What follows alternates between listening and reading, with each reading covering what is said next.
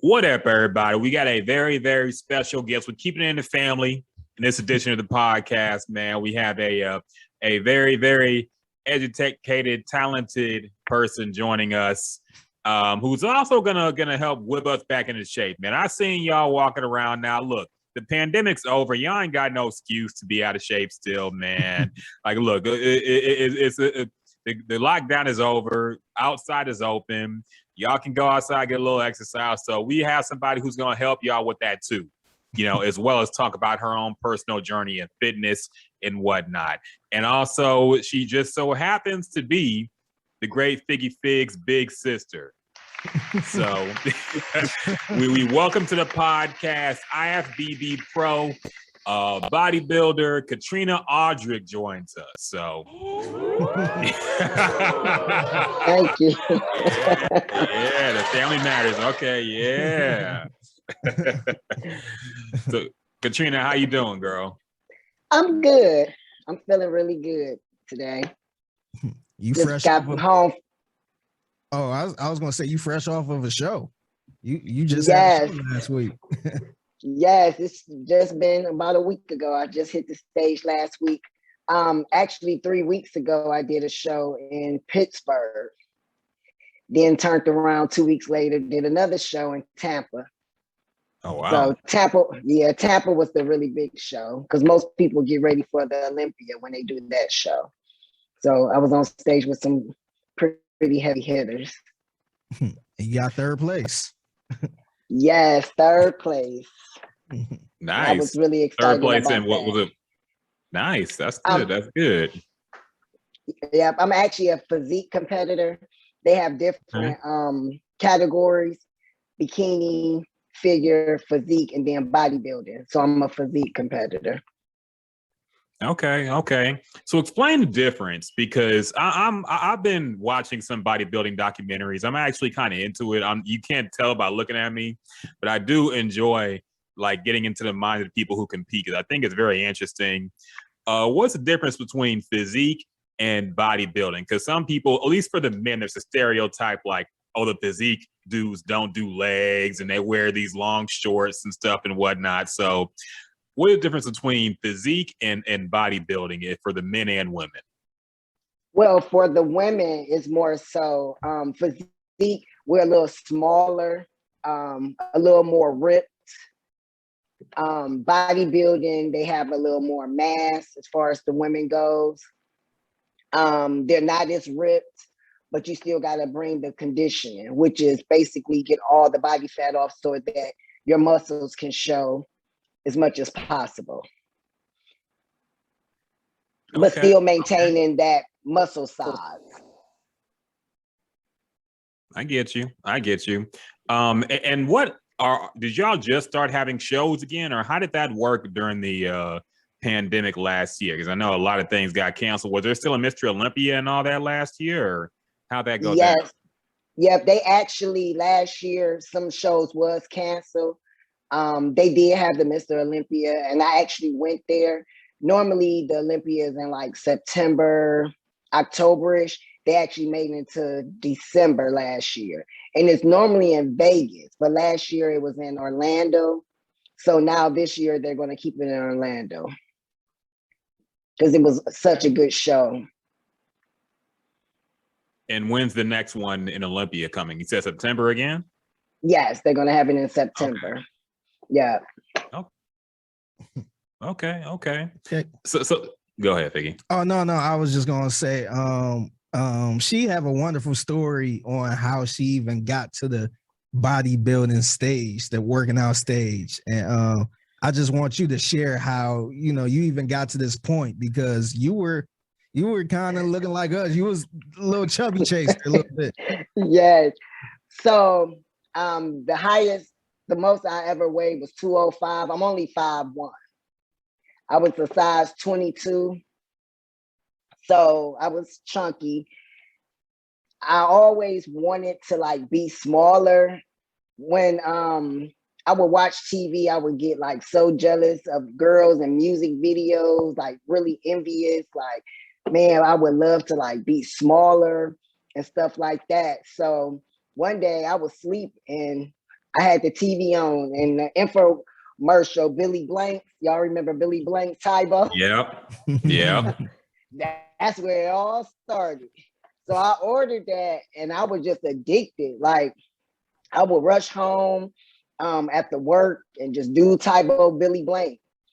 And the weight started coming off in like 10-pound increments. So then I was like, Dad, what if I just start learning how to eat right? Maybe it'll really come off quicker. So I just started educating myself. I got down to like 103 pounds. I was like just skinny, no muscle toner, anything like that. So I just started going to the gym and kind of like educate myself on how to work out. And this lady asked me, she was like, you ever thought about bodybuilding, competing? I'm like, no. So at that time, I did do a show, but I wasn't into it like I did it, like I'm into it now. Like I did a show and the night before the show, I ate cheesecake and everything. Like it was just, it was just something to do.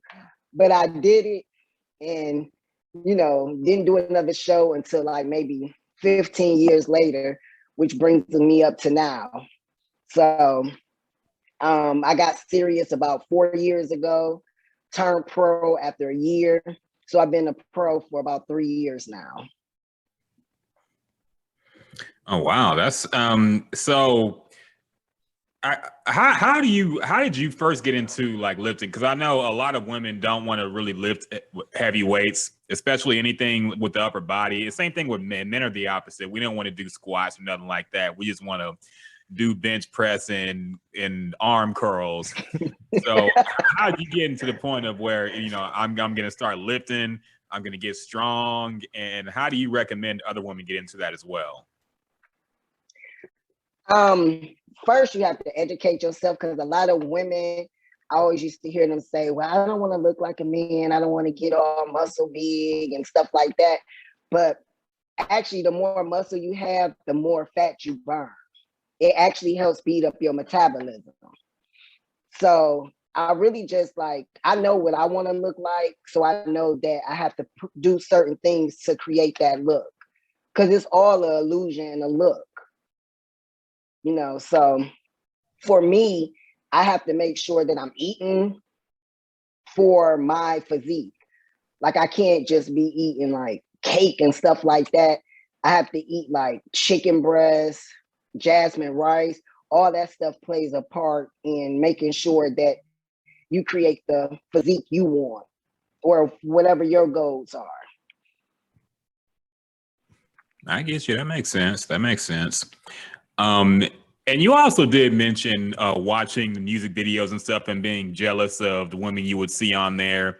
Do you think that's a bigger problem now? Because I think it's a problem for men and women. I think women, especially women, they see the Instagram models who go get surgery and then they act like they did all that in the gym. So women might get into the gym and they don't see those type of results and get discouraged. Same thing for men. Like men will see an actor who did some kind of crazy, he might be using gear or something, and they get into the gym and they don't see that kind of results for themselves. Like, do you think that's gotten worse with social media? People's image getting distorted and having body problems or body image issues? Yes, we call it body dysmorphia. Yes, definitely. I definitely because I actually hate when I follow certain people and they show like the waist trainer or something like that, knowing that they then had the surgery. Like that's just, making like false accusations. False. So, and then a lot of celebrities, you got to really think about it. A lot of them have chefs because 90% is your eating. You can go in the gym, lift all the weights in the world. If your eating is not clean, like it's supposed to be or whatever your goal is, you're really just spinning your wheels. Like you're eating, that's 90%. That's 90%. People don't get that is the hardest part too, because it's hard to resist temptations of going out to eat, especially if you got friends, especially you got a boyfriend or girlfriend and they want to go out to eat all the time and they don't want to see you sit across from you while you eating the salad. So you gotta eat some of their food too if they don't eat it. So the eating part is hard, especially in this society where we're so food based. You know, it's hard to go and grill chicken every single day or make sure you have the meal set out throughout the day. So that really is the tough part. The working out, everybody thinks that's the hard part, but you know, you get used to that. Eating is a daily struggle, I feel. Yes, it definitely is. Even with as far as like competing, me personally, like if I know I have a show coming up, I didn't train myself where I can go out to eat and watch you eat pizza. I can sit across from you and pull out my food out my purse.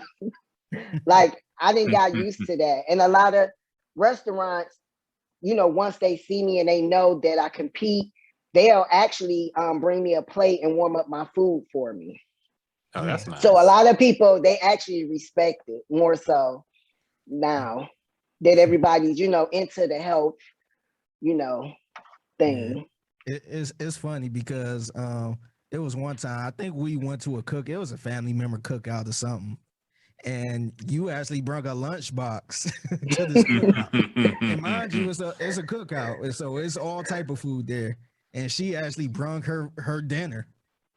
And I'm like, dang, that's a lot of commitment, man, because I wouldn't have did all that, and I would have gave in and said, you know what, let me just get a rib or, you know, a piece of chicken or something like that. But you brought your own stuff, and you was cool with it. Yeah, because at the end of the day, I know that I would feel worse eating that food versus staying on my diet. Like I would feel like everything I, you know, accomplished is down the drain now because I couldn't, you know, stay focused. And then also it's not gonna last long. Like I have a deadline. So that cheesecake, that rib, all that's still gonna be there once the show is over. So walk us through your I don't want you to give us like a regular day how you eat. Give us the game plan of how you eat whenever you're getting ready to compete, because it's super intense. Yes, it is. So I do eat 6 times a day.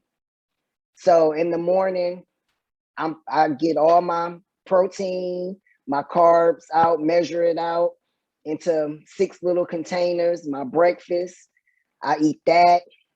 And you know, I'm a mail lady, so I have to have all my meals with me on my route. And what I do is I heat up all my food, pack it in my lunch bag. That way, while I'm on my route, I don't even have to heat up my food because it's already like room temperature. So as far as my proteins, I cook that in bulks. My chicken, my beef, I cook that in bulks. Then my I only do jasmine rice as my carbs. And then as my vegetables, I might do asparagus or cauliflower. So I really keep my meals more simple. That way it's more consistent. If you're doing a lot of different stuff, you're kind of like easier to fall off. But if you eating the same food, it's more consistent. It's easier to stay on your game plan. And then of course, don't forget your gallon of water. I drink a gallon of water every day. That's one issue I had too. And you say you're a male lady. Like, how do you control your bladder drinking a gallon of water every day?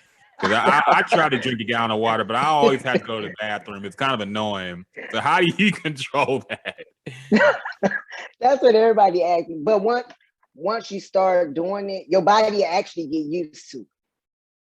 So yeah, like after the first couple of days, you are using the bathroom quite often. But after I say like 5 days, your body actually get used to it. So you won't be using the bathroom as much. All right. That's comforting. That's comforting because that does get me caught up sometimes. Yeah, the water is the secret too. A lot of people don't know that. That actually helps flush out the fat. Yeah. Yeah, you can actually see a difference in your body if you don't drink as much water versus drinking your water. You can actually see a difference in your body and your skin. That makes sense. And it's tough because when you drink a lot of water, you feel kind of bloated. So you feel like, man, this can't be working because I feel kind of bloated now and I'm full all the time. But that's actually probably a good thing, you know. You drink more water, you're less likely to be hungry too. So very true. And then you go by what you look like first thing in the morning. Once your body's settled and you're asleep, once you wake up in the morning, that's your real weight and that's your real physique. But once you start eating and drinking, then, you know, of course, your stomach gonna expand and stuff like that. So it's better to weigh yourself in the morning when you first get up instead of, you know, throughout the day. Yeah. Okay. First thing in the morning before you even take a shower, before you even drink anything. Yep. Just weigh yourself. And you use the scale as a tool. You don't use it as like, you know, like it's, you know, God or anything like that. You just use it as a tool because you might end up gaining a little weight, but you're really losing a little fat at the same time. That makes sense. And we're picking up some good tips. Like I said, we are trying to get back on a health kick. So yeah, drink a lot of water, keep the meal simple, eat clean. Those are the main things right now. So I'm taking notes over here. Yeah. So I am into. Go ahead. Oh, I was just gonna say you got to stay consistent.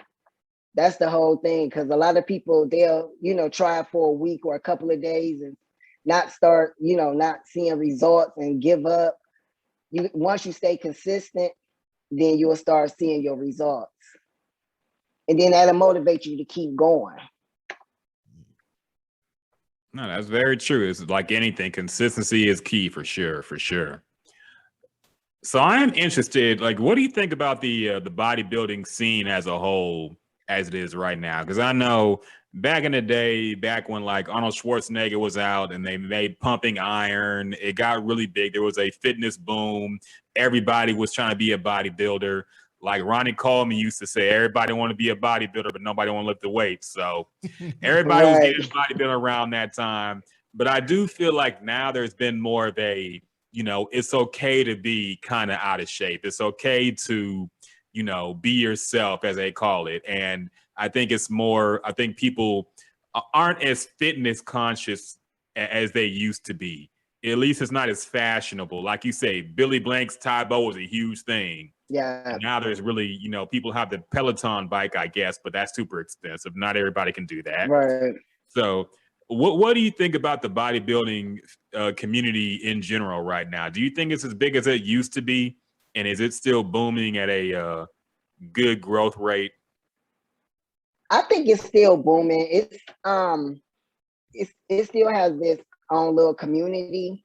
I think more people are starting to go towards that way because I think it's slowly but surely everybody's starting to catch on now. Because now I'm coming across a lot of people that actually DM me. They thinking about competing. So, you know, and that actually helps keep you accountable, like a goal, you know what I'm saying? You know, so I'm starting to get a lot of that. And a lot of people, it's starting to be more acceptable as far as like women with muscles, not with too much, but just a little bit, like more of an athletic look. Like a lot of people want to start looking like an athlete. So, yeah, so I'm getting a lot of that as far as, you know, women go and even men. No, I think that's true. I remember people used to clown Serena for looking super muscular, but now they appreciate that look a lot more. So I think that's a good thing as well. People getting more accepting of that type of physique. So yeah, for sure. Yeah. So walk us through your day when it's time to compete. So it's the day you walk across the stage, you got to flex and all that. So once you wake up in the morning, give us what exactly you do, what you have to do. Okay, so like, can you the eat? morning, do you eat or do you drink or say all that? Okay, yeah. So the morning of a show, I literally have to wake up at like 4:30 before I eat anything or drink anything. I have to send pictures to my coach and all 4 of my poses, which is the front double bicep, the ab and thigh, the rear double bicep, you know, side chest, tricep. He needs to see everything to see how lean and striated I am. Then he'll tell me to drink. He'll look at the pictures and evaluate the pictures. He might say, drink 8 ounces of water, also 8 ounces of coffee. Send me another picture in an hour. Then I send him some more pictures and my weight. Then he might say, go ahead and eat 1 egg and 115 grams of chicken breast. Send me another picture in an hour. Then 115 grams of chicken with 3 rice cakes. Send me another picture in an hour. Then after that, he'll be like, okay, go time. You looking good. So, you know, I start getting ready, get my makeup on, put my suit on, then it be game time. Right before I actually hit the stage, he might have me eat a blueberry muffin and 11 Doritos. Like, it's so scientific. It's so scientific. Then, you know, of That's course, crazy that he can tell. Yeah, he is like a genius. Like, someone else might look at me and be like, "Ooh, you ready?" He'd be like, "Nah, we need you to eat 11 Doritos." Yeah, That's it's intense. so scientific. That's really intense. It's crazy how you can tell, and people. I don't think people understand either, like how the narrow of error and victory in bodybuilding. Like, you know, people just think you just work out a lot and then get on stage and flex, but it's so scientific, like you said, about every single thing you eat matters, every single rep you do matters. Like, there's so much into it that's really interesting to me. So that's really crazy. Yes. You can see a picture of you and tell you need to eat 1 ounce of chicken breast or something like that. That's crazy. Yeah, yes. Even the night before, and I thought this was so funny. The night before, he'll even have me drink 2 ounces of vodka, and that actually helps dry. That actually helps dry you out. So you have to be dried out before you hit the stage, or how did that go? Yes. Yeah. So the week of a show, I normally drink 1.5 gallons of water. So if I compete on Friday, that whole week they consider it peak week. So that whole week I'm drinking 1.5 gallons of water. So Thursday is when we start cutting back my water. We don't stop it completely, but we just start measuring it. So like with meal 4, I might drink 4 ounces of water. Meal 5, another 4 ounces of water. Right before bed, I'll do 2 ounces of vodka. Wake up in the morning, dry. Like, all you see is like every muscle, everything. So it's no water basically on your, you know, in your muscles. So everything you can see, especially you got to be lean for it to work. So the morning of the show, I was like 110 pounds. Wow. I was 110 pounds before he started feeding me. So after he started having me drink, you know, the water and the food, I walked on stage like 114 pounds. Damn. And what % body fat were you at? Like 6%. Oh, wow. Yeah. Like the week before the show, I literally, all I did was like lay around the house because I had no energy. I was still like, of course, you know, drink some coffee just to get to the gym. But your energy level is like really down. But that's how it's supposed to be. Like, if you still got energy like that, you're not doing something right. And that means you still got body fat on you. Like, my body fat was so low. That's really intense. That's really intense. So what do you recommend? Let's say the average person is trying to get back into shape They're trying to get back out there, but they don't really know where to start. And they don't, like you said, a lot of people start a diet and they drop off it. A lot of people start going to the gym and they drop off. Like, what do you recommend somebody who's just getting out there again, maybe has been sitting around the last year, gotten packed on 10, 20 pounds maybe, and they're trying to find inspiration to get back into shape again? What do you recommend they start with? First, the gym. Put yourself around other people. You have to put yourself in the environment. Not working out at home, because that's not going to motivate you. But going to a gym and actually seeing other people working out, and even talking to some people. When you see them doing a certain exercise, ask questions. So I definitely recommend going to a gym, and then start educating yourself on how to eat right. Because you don't have to totally stop eating your favorite foods. You just have to learn how to do it in moderation. So maybe, eat good for the week, and then on Saturdays, treat yourself. That way it's like an award. That makes sense. And I do notice a lot of people are insecure about going to the gym, especially if they're out of shape, because they think, they're being laughed at, or the bodybuilders or and weightlifters, the serious weightlifters are making fun of them. But I have found those are the most nice people in the gym. Like, they'll always give you some tips for free. They'll say what you should do. They'll explain to you how to do exercise. Like, they're really there to kind of help you out if you have any questions. So people don't have to be scared when you see somebody super lean and fit working out, because those are the nicest people you'll find at gym.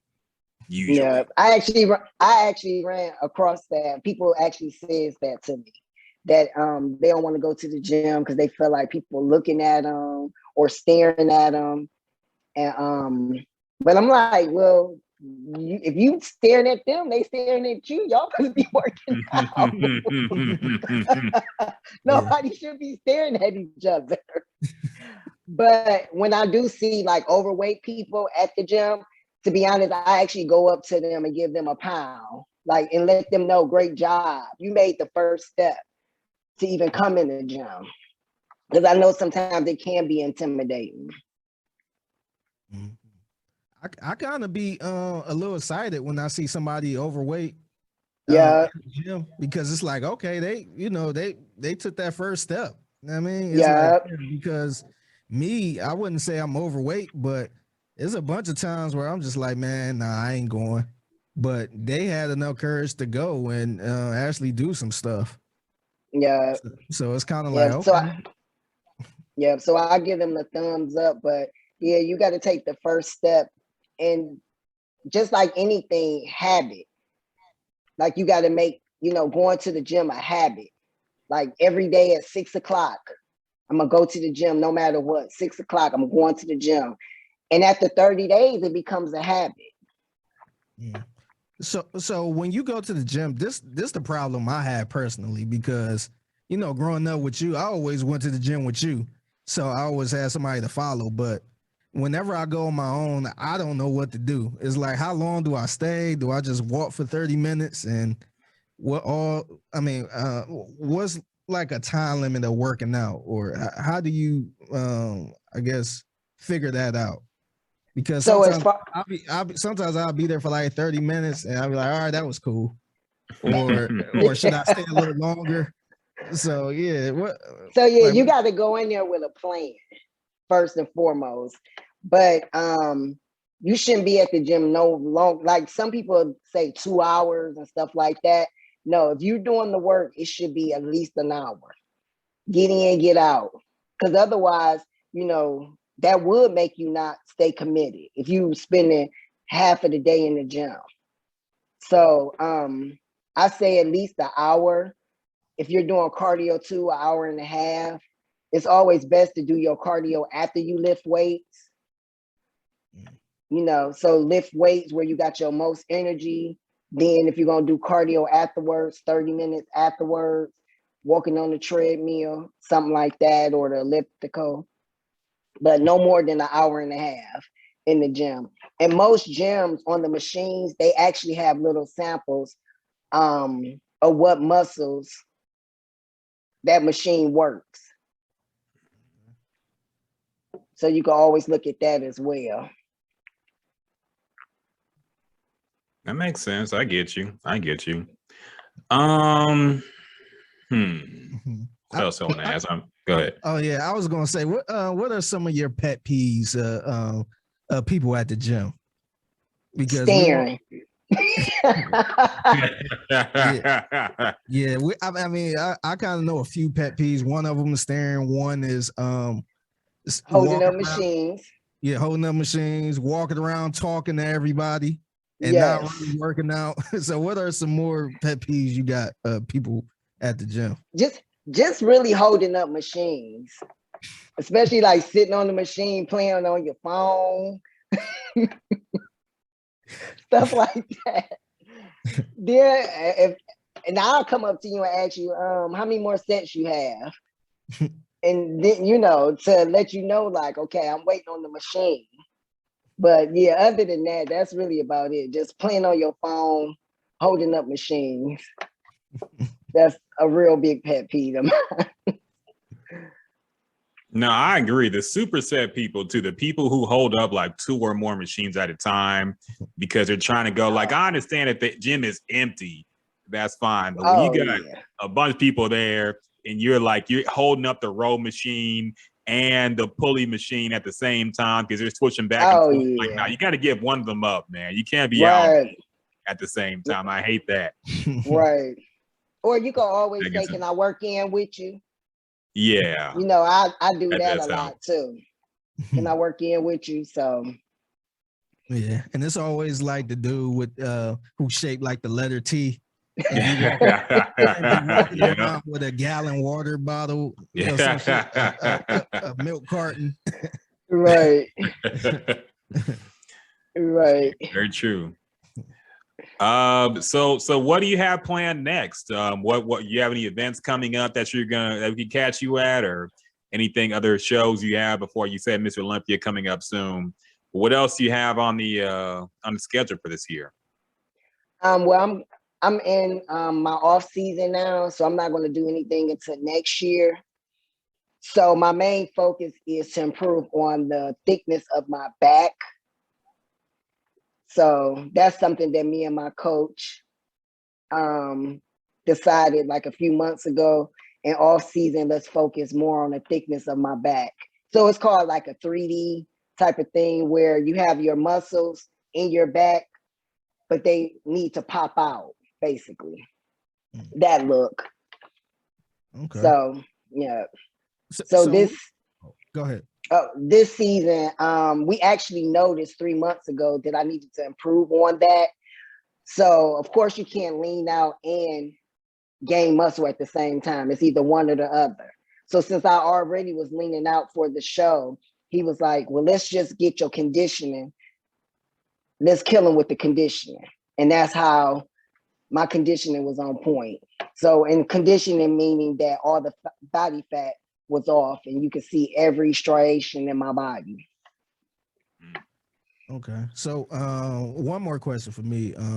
What's your overall goal as a bodybuilder? Is that the right term? I keep saying bodybuilder. Yeah, you can say it's a bodybuilder or an athlete. Okay. Okay. What's your overall goal at the end of it all? To get on the Olympia stage.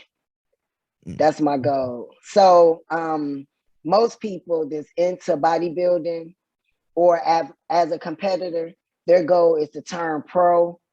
Most people that turn pro, they don't do nothing else but just turn pro. They never, do anything else as far as like doing other shows because they just wanted to turn pro. Then some people never turn pro, so but my goal is to one day step on the Olympia stage, and I will do that. I did forget to ask you too, but one more question for me as well. How many times do you work out a day? You know what? I just did a post on Instagram. One time a day. Because Okay. a lot of people think that you have to do a whole bunch of cardio to get lean or lose weight, or you have to work out twice a day to get results. That is not the case. Doing my whole prep, this was I'm not gonna say easiest, but it was the more peaceful prep that I did, which was 6 months. So for 6 months, I ate the same foods. Every morning I would get up, do cardio on a treadmill, just walking, then go to work, then later on train in the evening. So that was my life for 6 months. For 6 months. And it was so peaceful. I didn't work out twice a day. I wasn't all obsessive, like, no. That makes sense. But to be fair, you do have a physical job too. I think a lot of people, they might just sit in the office all day. So that maybe that'll impede some progress as well. But no, I understand. I understand completely. So one a day is all we really need, right? No, Yeah, no all 2 days. yeah. Diet is 90%. I'm telling you. Diet is 90%.